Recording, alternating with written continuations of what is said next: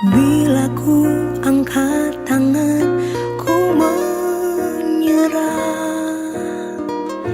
Dia akan turun tangan membela. Sebab Dia baik, sungguh baik, mujizatnya kan dinyatakan. Ku angkat tanganku menyerahkan semua beban hidupku padanya.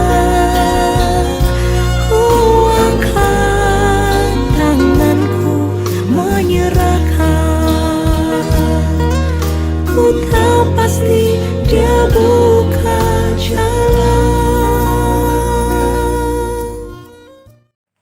Selamat pagi saudara-saudara kekasih dalam Yesus Kristus. Sebelum kita memasuki renungan pagi, terlebih dahulu marilah kita berdoa. Kita berdoa. Puji dan syukur kehadirat-Mu Bapa di sorga untuk kehidupan yang Kau berikan kepada kami pada hari ini.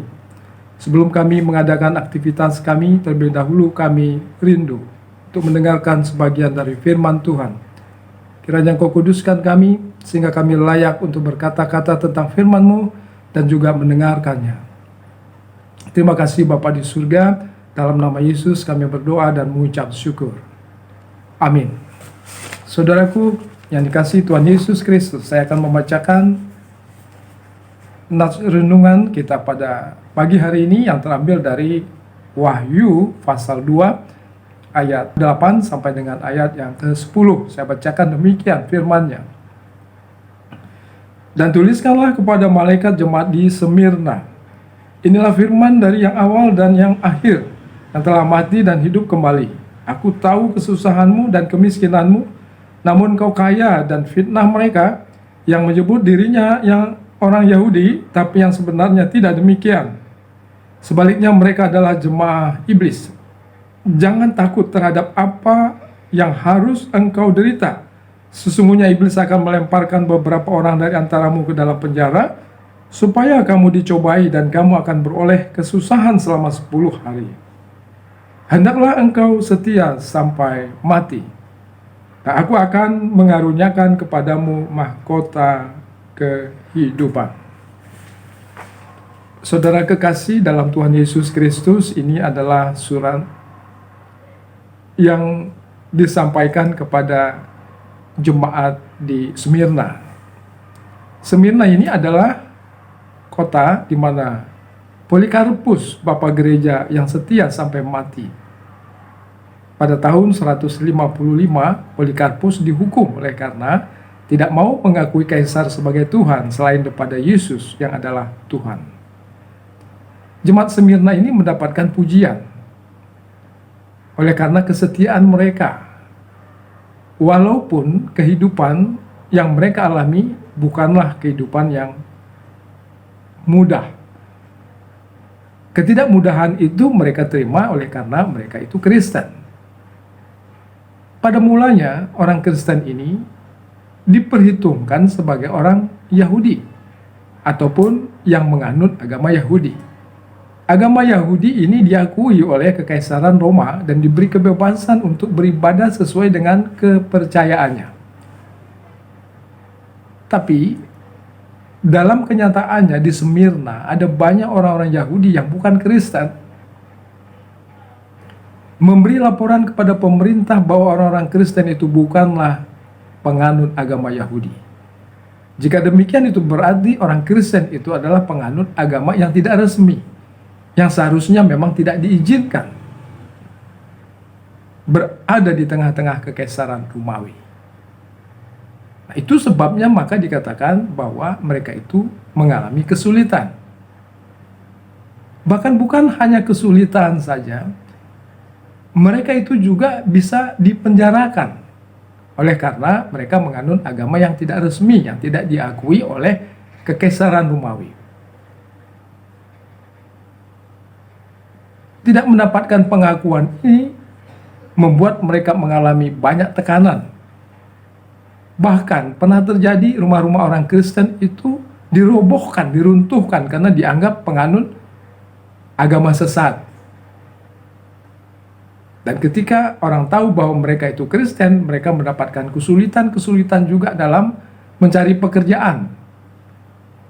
Namun setelah orang tahu bagaimana tingkah laku mereka yang jujur, punya integritas dan lain sebagainya, sehingga pada akhirnya perbuatan mereka itulah yang membuat masyarakat dapat menerima mereka kembali.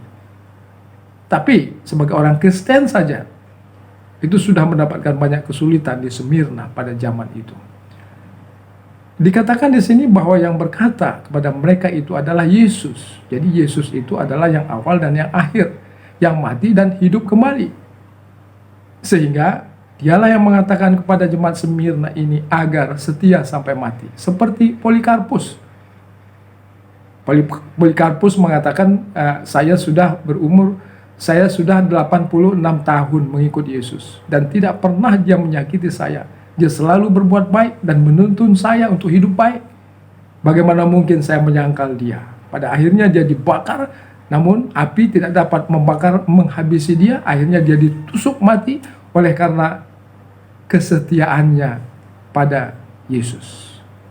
Nah, itu juga lah yang diminta dalam Wahyu surat kepada orang Smyrna ini, agar orang Smyrna juga di bawah ketertekanan, di bawah ancaman dan juga kemiskinan, kiranya mereka tetap setia dalam kekristenannya. Dan barang siapa yang setia, dikatakan akan mendapatkan mahkota kehidupan. Saudaraku, perlu kita telaah kesulitan apa yang mereka alami, atau apa-apa saja yang menyebabkan mereka kesulitan. Jadi kesulitan apa yang mereka alami adalah itu tadi, mereka ditekan karena mereka Kristen. Mereka susah mendapatkan pekerjaan, kecuali di antara sesama mereka. Walaupun pada akhirnya pembuktian akan kebaikan yang mereka lakukan ini, akhirnya kecurigaan tersebut hilang. Tapi awalnya, jika mereka agama Kristen, maka ada banyak kesulitan yang mereka alami. Nah, ada 6 hal yang membuat mereka ini menjadi sulit. Sumbernya adalah orang-orang Yahudi. Mereka inilah yang mengadakan penghasutan ke sana sini, yang menyebarkan ada 6 hal yang perlu diwaspadai. Ciri-ciri kehidupan orang Kristen, demikian dia katakan. Yang pertama adalah dalam setiap persekutuan yang mereka lakukan, mereka ini pesta pora dalam persekutuan tersebut sambil menikmati daging dan darah bayi-bayi ataupun anak kecil. Jadi mereka tidak paham arti dari perjamuan kudus. Ini tubuhku, ini darahku yang tertumpah untuk mengampuni dosamu dan lain sebagainya. Itu mereka tidak pahami. Yang mereka ketahui hanyalah ada makan daging dan juga minum darah. Dan yang kedua, mereka memfitnah bahwa orang Kristen ini melakukan persekutuan tersembunyi untuk melakukan free sex. Mengapa demikian? Karena orang Kristen itu sendiri mengatakan bahwa persekutuan yang mereka lakukan itu adalah persekutuan kasih ataupun persekutuan agape namanya. Dan mereka bersekutu di tempat-tempat terpencil, di tempat-tempat tersembunyi yang sulit dijangkau ataupun diketahui dan dilihat oleh orang lain. Di kuburan-kuburan, di tempat-tempat gelap, di gua-gua, atau di rumah-rumah yang tertutup. Nah, sehingga banyak orang mengatakan memang persekutuan itu adalah persekutuan yang sengaja menyembunyikan diri dari masyarakat agar tidak diketahui segala tingkah laku free sex yang mereka lakukan di tengah persekutuan mereka. Dan yang ketiga, mereka juga mengatakan bahwa orang Kristen itu memecah belah keluarga. Karena ada ajaran kekristenan yang mengatakan jika apa yang dikatakan oleh saudaramu ataupun oleh orang tuamu untuk engkau lakukan, sementara yang mereka perintahkan itu bertentangan dengan apa yang diajarkan oleh Kristus, maka hendaklah engkau tidak melakukan apa yang diperintahkan oleh orang tuamu. Karena terlebihlah engkau mendengarkan apa yang dikatakan oleh Tuhanmu ketimbang orang tuamu. Tidak ada kekristenan mengatakan buanglah orang tuamu, remehkanlah orang tuamu, tinggalkanlah orang tuamu. Bukan demikian. yang diajarkan adalah jika yang diajarkan oleh orang tua itu bertentangan dengan apa yang diajarkan Kristus, hendaklah engkau lebih mentaati apa yang dikatakan Kristus dan bukan apa yang dikatakan oleh orang tuamu yang tidak sesuai dengan apa yang diajarkan Kristus. Dan yang keempat, mereka juga mengatakan bahwa orang Kristen ini membangkang pada pemerintah. Karena orang Kristen ini tidak mau, seperti si Polikarpus ini tidak mau mengakui Kaisar sebagai Tuhan. Yang diakui oleh Kristen hanyalah Yesus yang adalah Tuhan, yang adalah anak Allah. Yang kelima, orang-orang Kristen ini dalam beribadah dia tidak menggunakan patung-patung. Dia tidak percaya bahwa di dalam patung itu ada kekuatan, ada Tuhan. Tapi orang-orang Smyrna ketika mereka menyembah dewa mereka itu selalu menggunakan patung-patung. Melalui patung inilah mereka menyembah dewa ataupun Tuhan mereka. Itu sebabnya maka orang Smyrna mengatakan orang Kristen ini sesungguhnya ajaran agama sesat. Karena mereka tidak pernah menyembah Tuhan mereka melalui patung-patung. Dan yang kelima, orang Kristen ini percaya akan kehidupan setelah kematian. Dan itu terbukti dari surat yang diberikan kepada orang Smyrna ini adalah dari yang awal dan akhir, menunjuk pada diri Yesus yang mati dan yang sudah hidup kembali, yakni Yesus. Jadi itu yang diajarkan oleh kekristenan. Apa artinya kita hidup berleha-leha melanggar segala aturan Tuhan pada hari ini dan mendapatkan kesenangan, sementara akhirnya kita akan mendapatkan penderitaan yang abadi. Sebab akan ada api yang membakar bumi dan segala isinya, ada pengadilan terakhir, dan pada akhirnya bumi yang di bumi hanguskan ini diganti dengan langit dan bumi yang baru. Nah, itulah yang memang diajarkan oleh kekristenan, sehingga dianggap itu adalah merupakan ajaran sesat, karena konsep akan bumi yang baru itu tidak ada dalam pemikiran keagamaan orang-orang Smyrna. Nah, ada 6 penekanan titik fitnah dari orang-orang Smyrna pada orang Kristen. Nah, itulah yang menyebabkan mereka mengalami kesulitan, penekanan, juga kemiskinan, dan sekaligus juga nyaris ataupun bakal bisa dipenjara. Nah, tapi dalam ayat 10 ada penghiburan yang diberikan dalam kitab Wahyu ini. Sekalipun engkau akan mengalami hal yang seperti demikian, ada beberapa orang di antara anggota persekutuan akan dimasukkan ke dalam penjara, bahkan dihukum mati seperti Polikarpus. Tapi yang diminta di sana adalah itu hanya sebentar saja, itu hanya sekejap saja, hanya untuk beberapa orang saja. Tapi pada akhirnya mereka akan diselamatkan. Dan orang yang bertahan, yang setia sampai mati akan mendapatkan mahkota kehidupan. Amin. Kami bersyukur Bapa di surga untuk kasih pertolongan yang Kau berikan kepada kami, sehingga kami dapat melihat bagaimana kesusahan penderitaan yang dialami oleh jemaat Smyrna. Namun oleh karena penghiburan yang dari Tuhan bahwa kesulitan itu hanya sementara, dan Engkau memampukan mereka untuk bertahan dalam kesulitan. Demikian pula Bapa di surga, ketika kami mengalami kesulitan oleh karena iman kami, berikan kemampuan pada kami untuk bertahan, sehingga pada akhirnya janji Tuhan, mahkota kehidupan akan menjadi milik kami. Pada saat ini juga kami mendoakan jemaat Tuhan yang ada di Parindo, dan juga jemaat Tuhan yang ada di pos PI Ngabang Sungai Asam. Kami mohon Bapa di surga supaya jemaat Tuhan ini dari pos PI boleh berubah menjadi sebuah perpulungan, dan dari perpulungan nanti bisa berubah menjadi sebuah rumbun.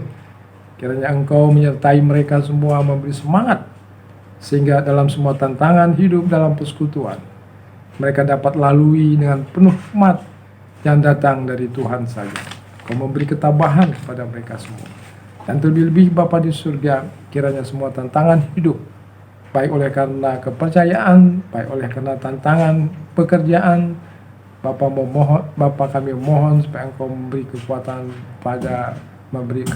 kepada mereka semua, supaya mereka boleh dimampukan untuk bertahan dan hanya mengandalkan Tuhan dalam semua perjalanan, perjuangan, pergumulan mereka.